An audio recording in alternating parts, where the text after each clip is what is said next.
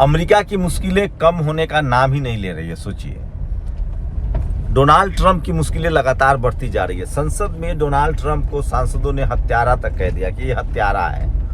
वहीं इटली जो है वो लगातार विरोध प्रदर्शन कर रहा है। सोचिए, पोप के खिलाफ, पोप ने कहा था कि जो युद्ध जो है वो रुकना चाहिए और किसी कीमत पर युद्ध नहीं होना चाहिए। उसके बाद ट्रंप ने पोप पर भी हमला किया। उसके बाद इटली जो है वो हमलावर है और कह रहा है कि हम पोप के सम्मान से गुस्ताखी नहीं करेंगे। आपको बता दें कि वेटिकन सिटी में पोप बैठते हैं और वो इटली के पास ही है। वैसे तो वो एक स्वतंत्र देश है, लेकिन इटली के पास ही है। तो डोनाल्ड ट्रंप की मुश्किलें कम होने का नाम नहीं ले रही है और उसका सारा एजेंडा जो है वो एक के बाद एक फेल होता जा रहा है। पहले डोनाल्ड ट्रंप की कोशिश थी 28 फरवरी को जब ये हमला शुरू हुआ था तो वो बड़ी बड़ी सेखी बखारता था। वो कहता था कि 5 दिन में युद्ध जीत लेंगे, ईरान पर कब्जा कर लेंगे, ईरान को आज़ाद करा देंगे, रिजिम चेंज करा देंगे। लेकिन डोनाल्ड ट्रंप का यही मन नहीं बढ़ा हुआ था। डोनाल्ड ट्रंप जब सत्ता में आया तो उसने राष्ट्रवाद की चाशनी दी लोगों को और कहा मागा, मतलब अमेरिका को फिर से महान बनाएंगे, मेक ग्रेट अगेन अमेरिका, ये नारा दिया।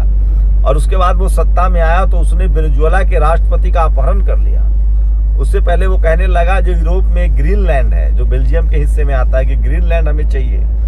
मतलब वो उपनिवेशवाद वाला, वो तो राजाओं से भी बड़ा रिएक्ट करता था। जो देश पसंद आ जाए वो हमें चाहिए, जिस देश में तेल है, कुआं है, वो उस पर हम कब्जा कर लेंगे। राष्ट्रपति का अपहरण कर लिया गया वेनेजुएला का, क्यूबा को ब्लैकआउट कर दिया।